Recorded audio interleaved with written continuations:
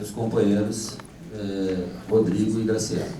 Bom dia, companheiros. Meu nome é Gilmar, eu sou de Salvador, Bahia, sou supervisor de PENAD e não vou estar aqui fazendo discurso para a gente, né? Nem tá. Eu acho que o interessante e para a gente seria acumular, seria estar aqui com esse projeto, destrinchando ele, né? Entendendo todo ele, na sua essência, com detalhes, porque isso aqui não é palco para isso nesse momento, né? Assembleia para quem tem discurso mais inflamado e etc, etc. Isso não cabe hoje aqui na ordem do dia, está defasado.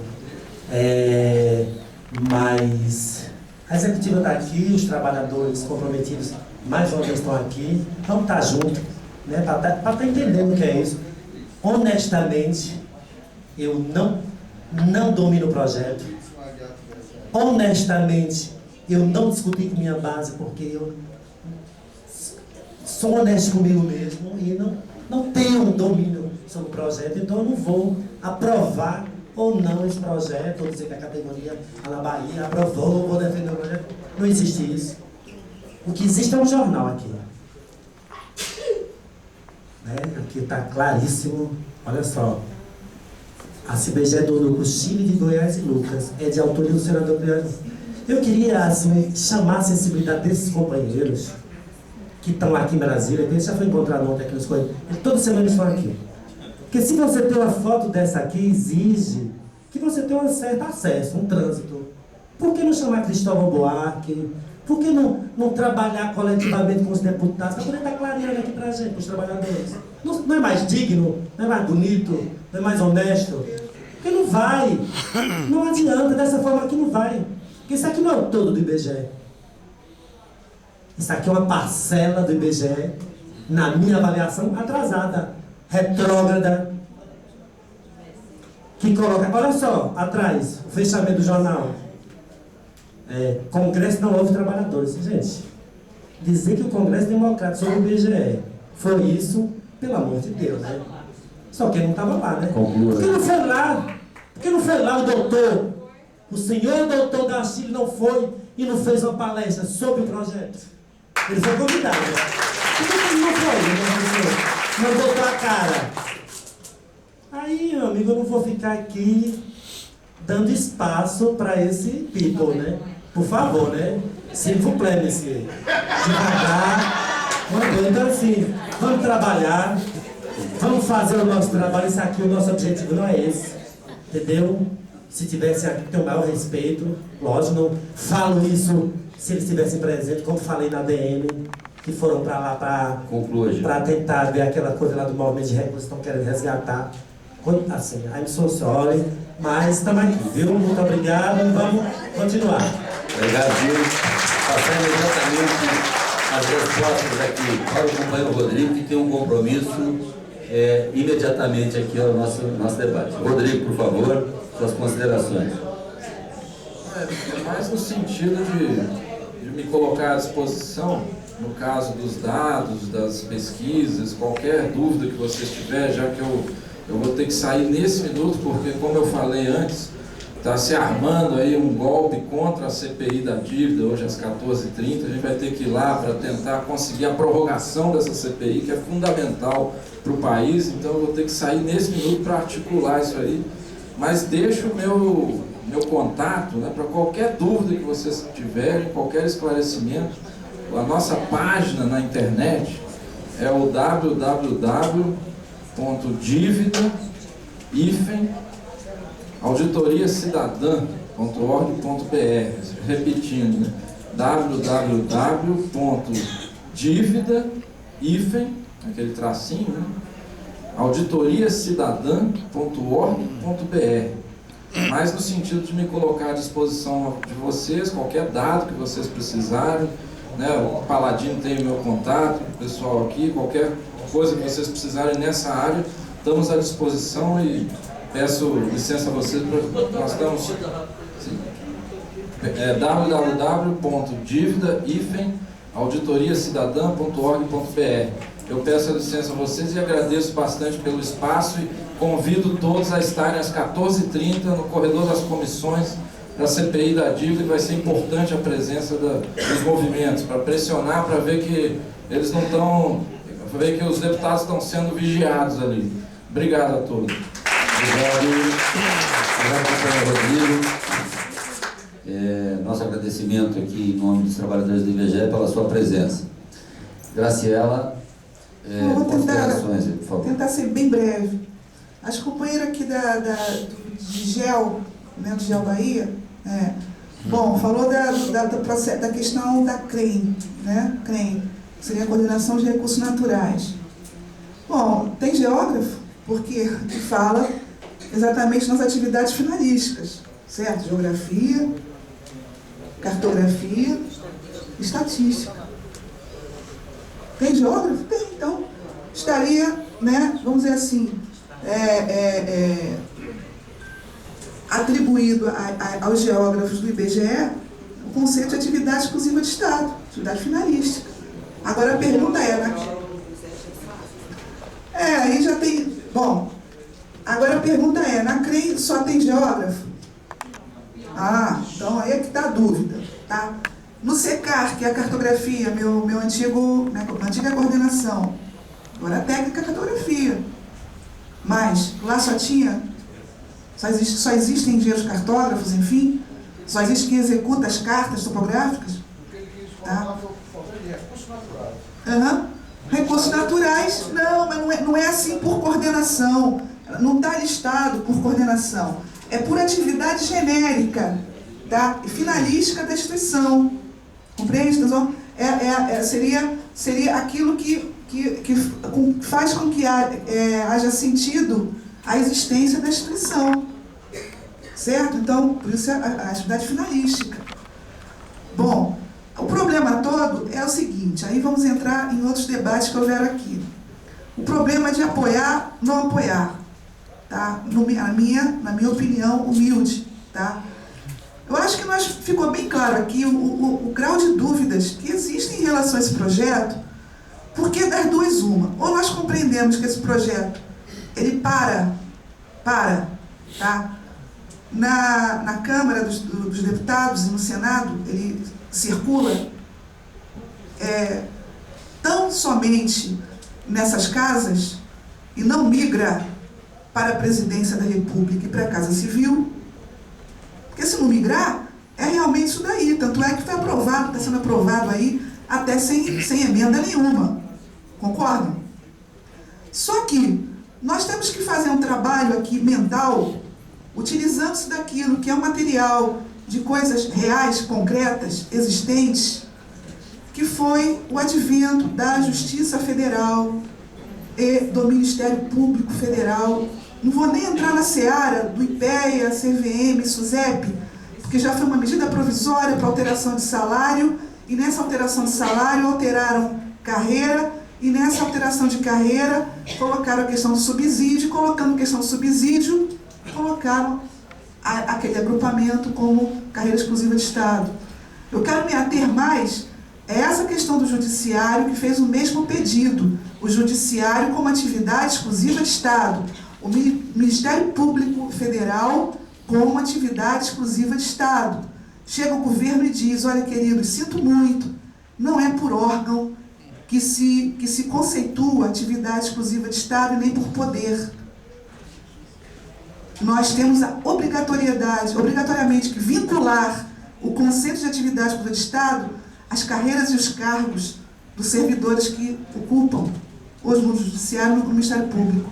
Vinculou, excluiu parte. Quem excluiu? Quem foram os excluídos? O setor administrativo, que seria comum, é comum a todo o serviço público, só deixando aquilo que é a atividade finalística no Judiciário e no Ministério Público da União. Agora, o Judiciário, eu tenho aqui, não trouxe o documento, o pessoal do Judiciário botou um outro projeto de lei para fazer uma espécie de um carreirão dentro do Judiciário. Olha só, então, pegando desde o administrativo até juiz de tribunal. Vocês acreditam que isso vai à frente? Quer dizer, então, o sujeito entra como um apoio administrativo, ele pode chegar a juiz, é isso? Entende? Quer Quer dizer, então isso seria, na verdade, para meio que melhorar, para resolver a divisão que ocorreu ali. Ocorreu a divisão, então vamos fazer agora um projeto que inclua todos numa mesma carreira. Pronto. Porque como o pedido em relação referente à atividade exclusiva de Estado, logo, não é lá na frente, é posteriormente a essas casas que estamos aqui, tá? Chegou e avaliou desta maneira, e houve esse efeito, e vamos fazer o seguinte, vamos colocar um projeto para a criação de uma carreira única dentro do judiciário. Como, na verdade, está querendo, tem outras categorias que estão querendo também o mesmo, fazer uma espécie de um carreirão único na sua categoria, para meio que tapar, tentar resolver a divisão, entendeu?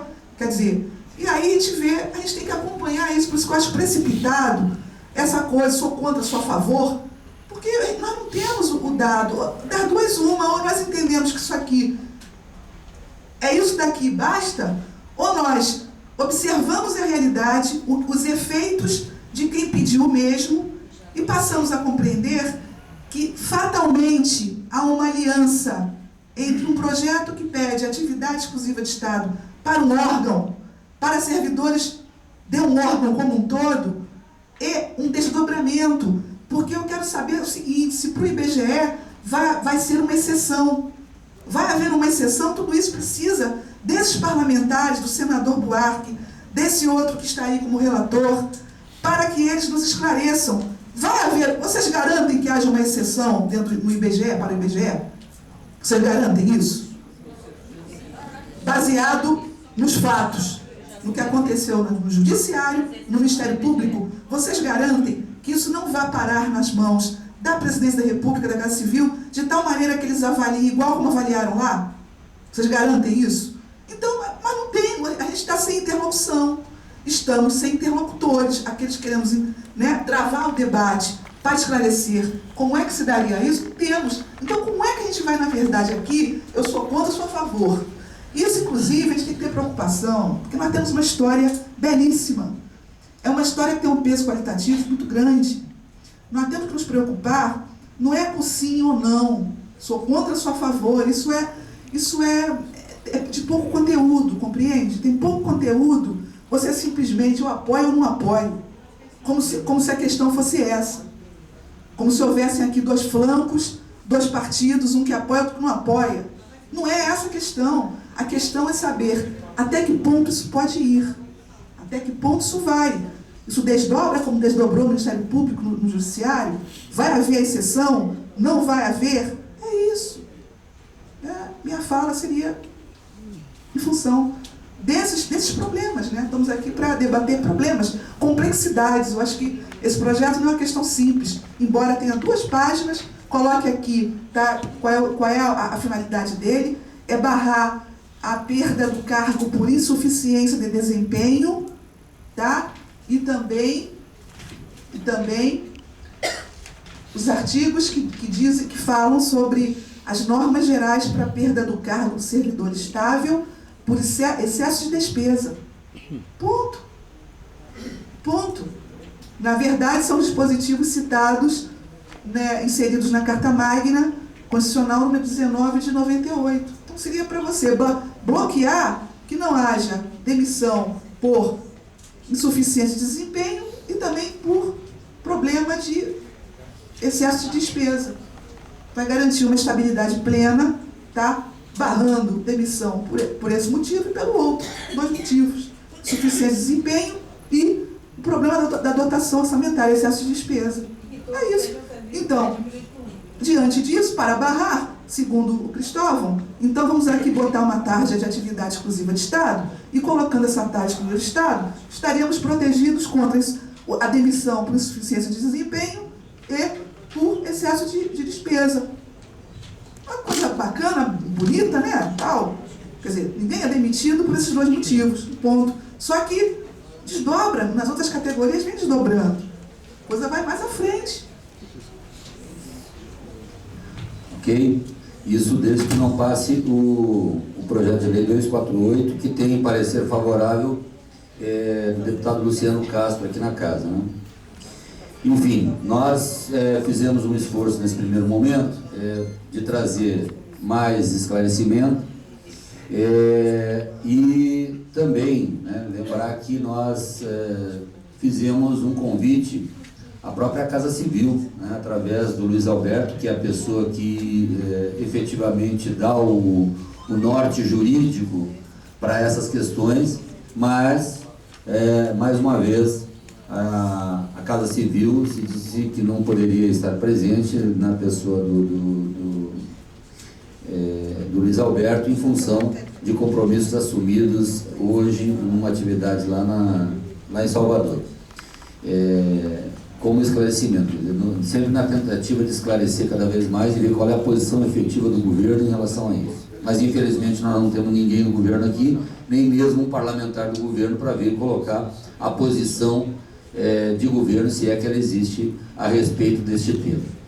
Nós vamos passar imediatamente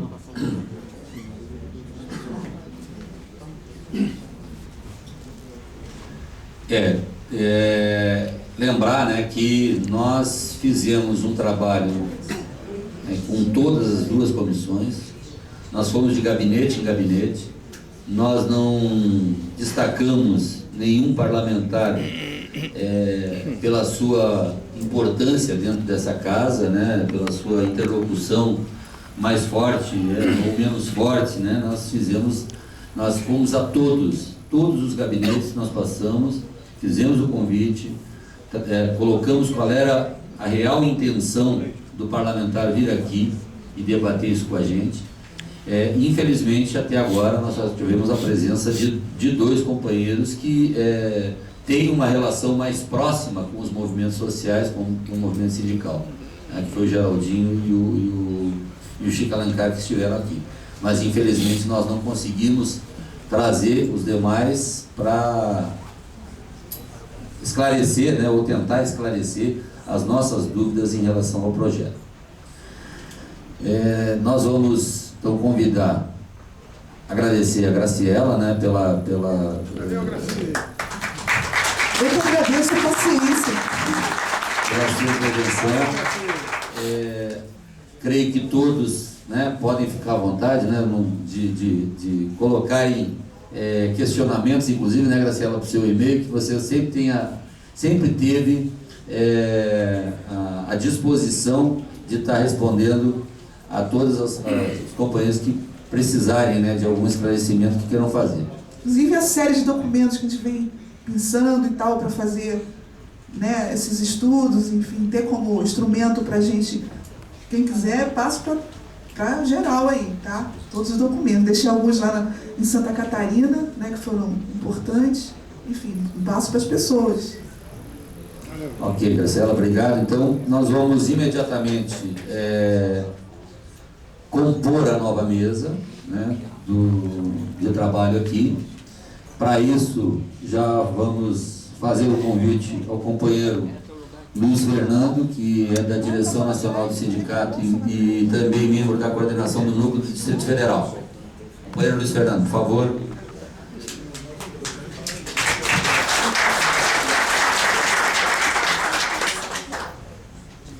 E também estamos convidando o companheiro Magno Alves, que é presidente do Sindileges, né, Sindicato dos Trabalhadores do Legislativo, que também vem aqui para nos dar algumas informações, né, esclarecimentos sobre o tema em questão. Obrigado.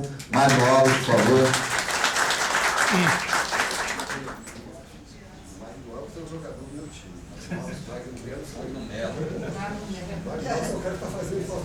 Desculpe, Magno, mas foi Magno Melo.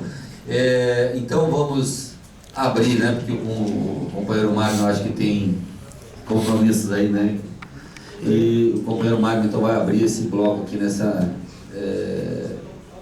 segunda mesa. Bom dia a todos, eu quero agradecer esse convite, essa referência da gente poder participar desse debate, que eu estou vendo que está realmente apaixonando os colegas, o pessoal está ficando ansioso com isso, e a gente vai tentar fazer algumas ponderações de ordem mais técnica. Eu sei que vocês têm um embate político aqui, eu percebi, deu para ver, mas a gente não quer se envolver nesse debate, a gente quer dar algumas informações para vocês a respeito de como esse projeto foi concebido, a gente teve agora acesso a ele, e quais seriam as eventuais decorrências desse projeto ser eventualmente sancionado pelo Presidente da República, aprovado pela Câmara e sancionado pelo Presidente da República. Essa questão das carreiras exclusivas de Estado, ela remonta lá à emenda 19, a reforma administrativa ocorrida ainda no governo Fernando Henrique Cardoso. Aquilo foi uma discussão muito pesada. Na verdade, a Constituição, e a gente continua defendendo essa tese original, tinha um texto a respeito de administração pública absolutamente adequado, absolutamente enxuto, sem nenhuma assim, contestação viável, tratava a administração pública de uma forma bastante objetiva, bastante correta, mas houve um problema decorrente da Constituição na legislação ordinária que se quis resolver da forma como se resolveu na emenda 19. Não sei se vocês têm conhecimento disso, mas antes da Constituição ser promulgada, a grande maioria dos servidores públicos federais eram seretistas. O regime jurídico estatutário, a antiga lei de 1711, ela tinha sido reduzida, o grupo que era submetido à lei de 1711 era uma minoria, era cerca de, na administração pública federal como um todo, 15% da força de trabalho ainda estava submetida à lei de 1711 e todos os demais tinham sido admitidos pelo regime seletista. Veio a Constituição de 88 e estabeleceu a necessidade, a obrigatoriedade do regime jurídico único. E, naturalmente, dentro do contexto da maneira como ela foi redigida, esse regime jurídico único só poderia ser estatutário. Não havia alternativa, né? Se se lesse a Constituição como um todo, o regime jurídico único teria que ser obrigatoriamente estatutário. E aí começou o problema, porque nesse contexto em que vocês tinham 15% de servidores estatutários, 85% seletistas, e a Constituição veio e trouxe a obrigação da unicidade de regime e adotou como modelo do regime único o regime estatutário, começou a surgir um problema. O que fazer com aqueles 85% que eram seletistas? A Lei 8.112, nosso regime jurídico dos servidores federais, ela teve uma solução que causou muita contestação, mas que talvez fosse a solução politicamente mais viável, mais razoável.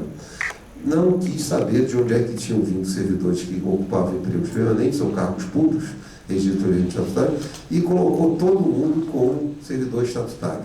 Levou todo mundo ao regime estatutário. Quando a Lei 8.112 fez isso, ela criou um problema do regime previdenciário dos servidores. As pessoas que tinham contribuído para o regime geral de previdência durante quase toda a sua vida, muitas delas, à beira da aposentadoria, tinham sido colocadas no regime estatutário, com uma aposentadoria integral, com uma realidade previdenciária completamente distinta.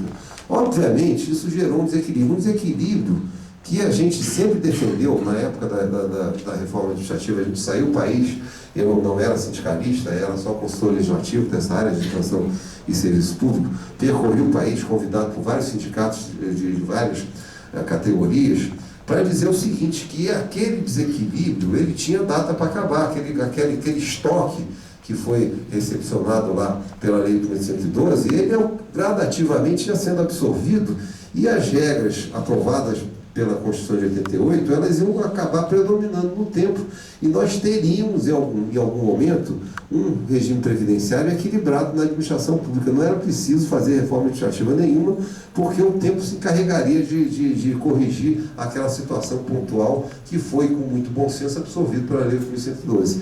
Mas, infelizmente, a gente não teve sucesso nesse convencimento e se fez a reforma administrativa e se criou, eu acho que aí já pensando nessa dissociação, e que faz parte desse projeto de vocês, desse projeto que vocês estão discutindo aqui, desse contexto como o Executivo tem administrado suas carreiras, o Executivo acredita, e aí é uma concepção de política de Estado, que ele deve voltar a filtrar, que ele deve tentar retomar aquela situação que havia um pequeno grupo, como era antes da Constituição de 88, regido por um regime especial, regime diferenciado, e uma massa muito grande de servidores numa situação comum geral e a ideia era sempre que voltasse esse pessoal para o regime trabalhista. Então, esse projeto que vocês estão discutindo aqui faz parte dessa discussão. Se esta exceção, se esse grupo pequeno que existia lá quando havia a lei 1711 versus CLT, deve ser restabelecido ou não.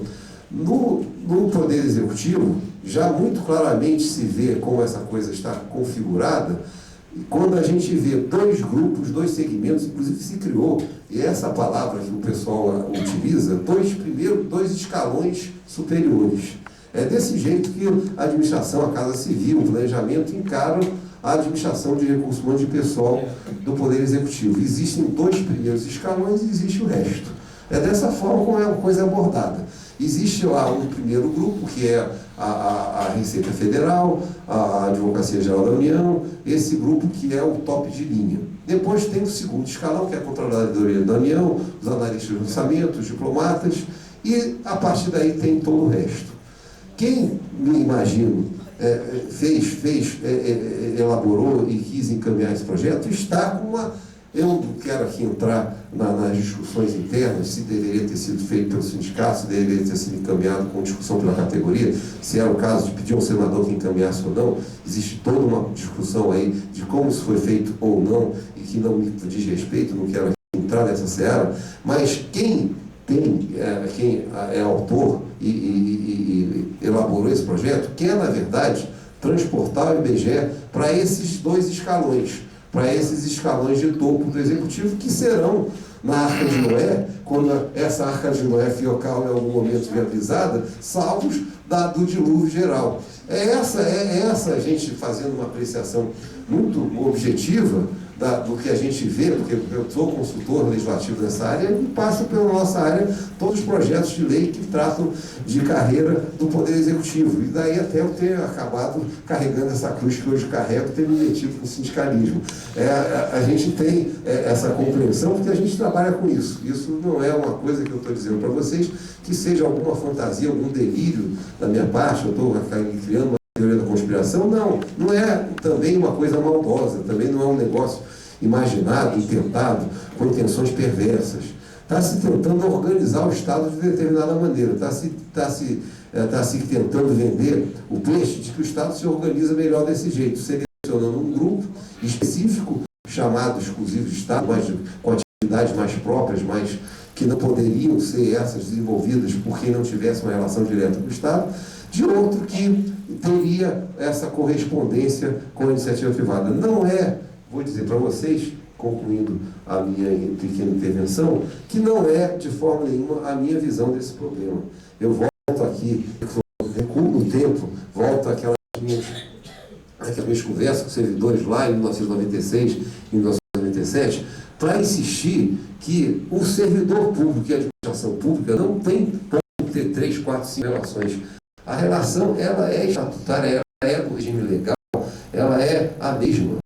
Pode haver quantas remunerações distintas forem as realidades distintas, mas o regime jurídico, a relação jurídica, o tratamento entre o administrador e o servidor não pode discriminar se o sujeito está desempenhando a tarefa X ou a tarefa Y, porque nenhum deles chegou lá, essa é a tese, pela vontade do administrador. Seja qual for a função que o servidor venha desempenhar, a menos que se terceirize, que é outra coisa, que se passe para fora da esfera do Estado, porque uma coisa é aquilo que o Estado, ele diretamente executa, e outra é o que ele passa para terceiro executar para ele. Aí não, aí se cria uma relação privada com a qual o Estado não tem interferência, que faz parte lá entre a empresa que ele contrata e o sujeito que a empresa que contrata está fazendo. Mas se o Estado diretamente se relaciona com o servidor, a concepção nossa pode ser um pouco arcaica, pode ser uma coisa que está se dizendo superada, mas não é, porque o direito administrativo é específico. A concepção nossa é que a relação tem que ser a mesma. Então, quando a gente cria essas concepções, esse conceito da carreira exclusiva de Estado, com o viés, e aí embarcaram as entidades sindicais nessa conversa, que foram lá contempladas vislumbrando elas, claro, é natural isso, um retorno remuneratório nisso, está-se também aqui atingindo um outro objetivo que eu acho que não era razoável. Está se criando um mundo diferente. Esse projeto diz que tudo que o IBGE faz é exclusivo de Estado. Se isso for viabilizado, e aqui eu quero, claro, sem aqui interferir na discussão política interna, que é apesar de vocês, que se resolve se foi sindicato, se não foi. Mas, se eventualmente esse projeto pudesse ter sucesso, eventualmente esse projeto pudesse ser levado a efeito, é claro que o resultado objetivo seria todo o IBGE ser levado a essa situação de um tratamento diferenciado, privilegiado. Agora, é possível, sob o ponto de vista de quem hoje está gerindo a administração pública, que isso ocorra em qualquer órgão? Não. Não tem nenhum precedente.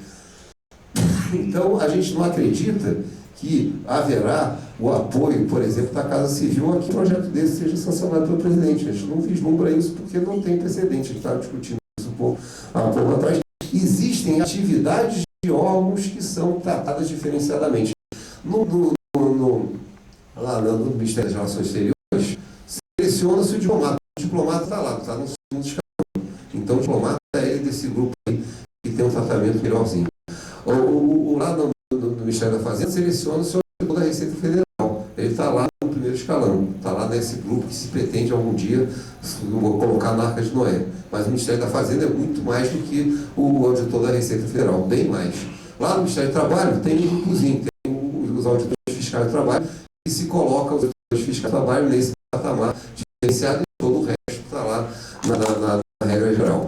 Então não há nenhum precedente de se conduzir isso. Então é claro que se essa discussão evoluir, isso também aqui, ajudando o debate de vocês, isso vai gerar um filtro. Vai gerar um filtro. Vão ser selecionadas situações e diferenciadas essas situações de outras situações. Aqui tentando dar a contribuição que a gente quer dar para esse debate de vocês, de uma forma também objetiva e realista. Não havendo nenhum outro precedente, não vai ser excepcional o IBGE. Não vai ser o IBGE o único órgão da administração pública em que todos os servidores serão ligados lá ao posto daquele patamar lá, do primeiro ou do segundo escalão.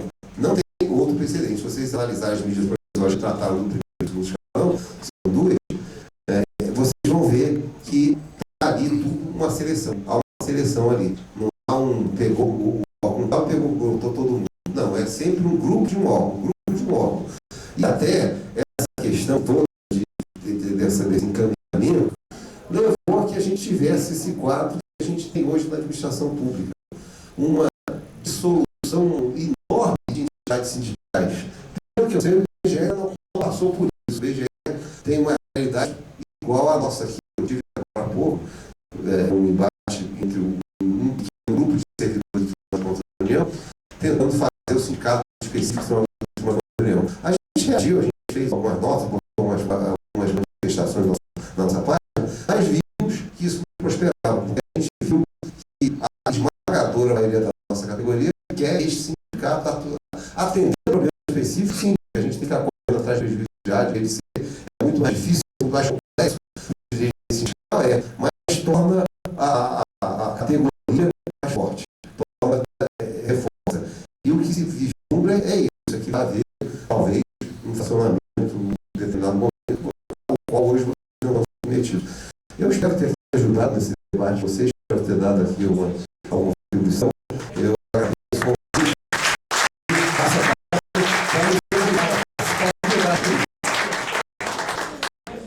Obrigado, Magno.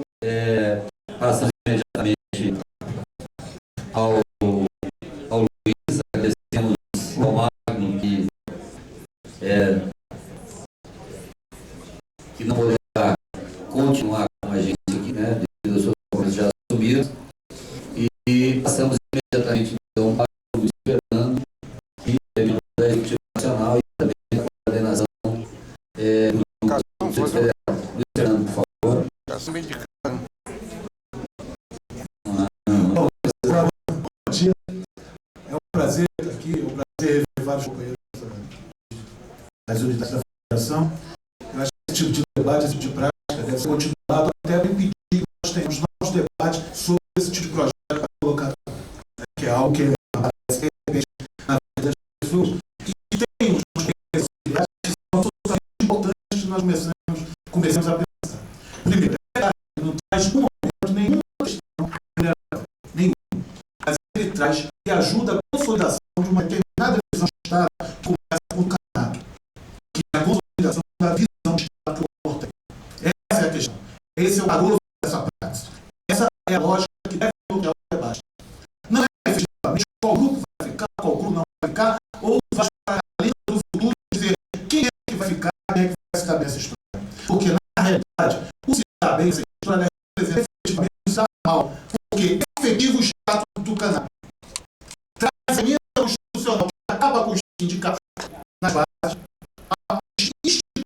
solidariedade sindical, porque ao instituir diversas formas de categoria se organizar do ponto de vista nacional, há espaço para se organizar do ponto de vista sindical.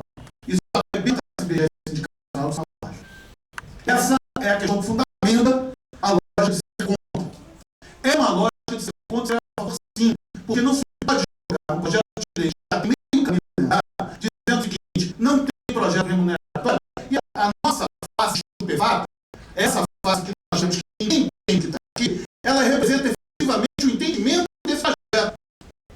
Ela representa um projeto que, além de dividir a categoria, institui uma forma de administração que historicamente nós somos contrários. Não há na história do nosso sindicato, não há na história do sindicalismo do serviço público qualquer manifestação favorável a esse tipo de Estado. Pelo contrário, desde a eleição de Collor de Mello, o sindicalismo do serviço público nesse país foi sempre contrário a esse tipo de reforma. E, num determinado momento, se estatui essa reforma através do próprio sindicato. E aí não importa saber se o método é bom ou se o método é ruim. O método efetivamente é ruim. A forma como isso chegou ao Cristóvão fazer a lei, a senadora Cristóvão fazer a lei, é ruim. É tão ruim que ele nem parece defender a lei que ele fez. Então isso é uma lógica que a gente tem que começar a pensar. Porque os pais e as mães desse projeto aqui vão ser democratas. Não vou falar que para você usar de um machismo da luxo aqui, o Paulo de Carreira disso na mesa. Por quê? Porque os pais e as mães desse projeto não aparecem sequer para defender. Fazendo uma graça, até a mãe Fernandinho Beira aparece para defender ele. A mãe vai desse projeto não aparece. E nenhum debate em que haja um contraponto desse projeto é um contraponto vulgar, falacioso, dizer o seguinte: o pessoal de lá, o pessoal de cá. Porque isso é rebaixar o projeto e botar no tapete. É o seguinte: como é que você vai perguntar, ou como é que você vai responder, que é mais fundamental, a seguinte pergunta: um quadro que é uma flexibilização generalizada na base dele, isso quer dizer o quê? Nós temos um quadro que é composto majoritariamente, ou pelo menos majoritariamente, já os sindicalistas dos anos 60. Mas, né, grande parte dele formado por pessoal contratado. Esse pessoal contratado, que exerce as atividades de pesquisa, suas atividades, né, do ponto de vista desse Estado do IBGE, não pode ser testado. O quadro censitário é 240 mil pessoas, efetivamente, enfim, estou aqui dizendo que eu tenho grande convicção dele, parece que ele é próximo do verdadeiro. 240 mil pessoas, que é a principal atividade da instituição. Esse quadro é majoritariamente composto por pessoas contratadas por tempo determinado. Ao fazer isso, ao propor que seja uma atividade de Estado, como nós vamos fazer essa ação? Como é que a gente faz uma pesquisa com você? Não adianta dizer que esse é o problema do mundo, que é o problema do Sérgio. Não adianta, porque no limite, se somos nós fazendo essa instituição, no limite está na nossa mão. Como é que a gente faz isso? Qual é a proposta efetiva? Né? Nós vamos ver, quando chegarem para nós e perguntar a seguinte questão: nós temos na nossa base sindical, aquela que nós pretendemos defender, né, diversas formas de contratação e diversas formas de carreira. Quando essa própria base se manifestar para fazer aquilo que possibilitou esse projeto, que é ter luta, porque se nós estamos num momento de ascendência, num momento de luta sindical, esse projeto não tem nenhum lado para fazer. Isso aparece pelo absoluto vazio de posição política que nós temos. Nós ficamos no plano de carreira 10 anos para consertar esse plano de carreira, as gratificações, 100% de gratificação para todo mundo, 100%, 95%, 100% da de outro, levamos 10 anos. Em 10 meses, a direção do IBGE colocou um plano de carreira. Nós vamos entrar aqui no mérito, né, se é bom ser um plano de carreira. Nós vamos entrar no seguinte mérito: há uma brutal divisão entre o nível superior e o nível médio. Independente de qualquer percentual de aumento que houve aqui ou lá, essa divisão não é uma questão do percentual de aumento, é uma questão de concepção de gerência da instituição. É a questão.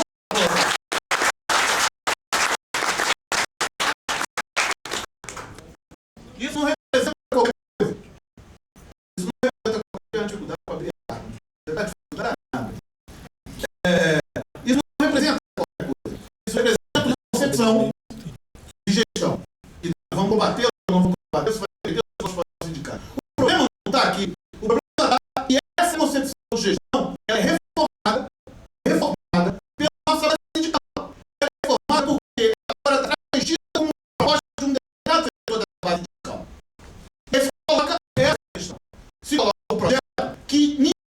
absolutamente ninguém tem certeza dos seus dobramentos.